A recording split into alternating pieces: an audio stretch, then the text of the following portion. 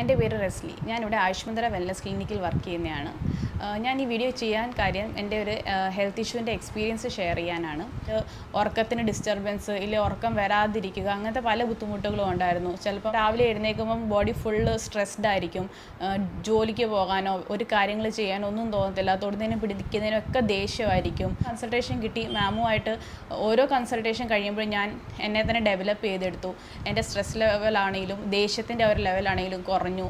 ഏതൊരു കാര്യത്തിന് ഏത് രീതിയിൽ എടുക്കണം എന്നുള്ള എനിക്ക് പഠിക്കാൻ പറ്റി. അതിനേക്കാളും ഏറ്റവും എനിക്ക് ബെനിഫിറ്റായി തോന്നിയെന്ന് വെച്ചാൽ എനിക്ക് നല്ല വെയിറ്റ് ഉണ്ടായിരുന്നു ഞാൻ ദുബൈയിൽ നിന്ന് വന്നപ്പം. അതെൻ്റെ നേരത്തെ ട്രീറ്റ്മെൻറ്റിൻ്റെ ബേസിസിലൊക്കെ ആയിരുന്നു.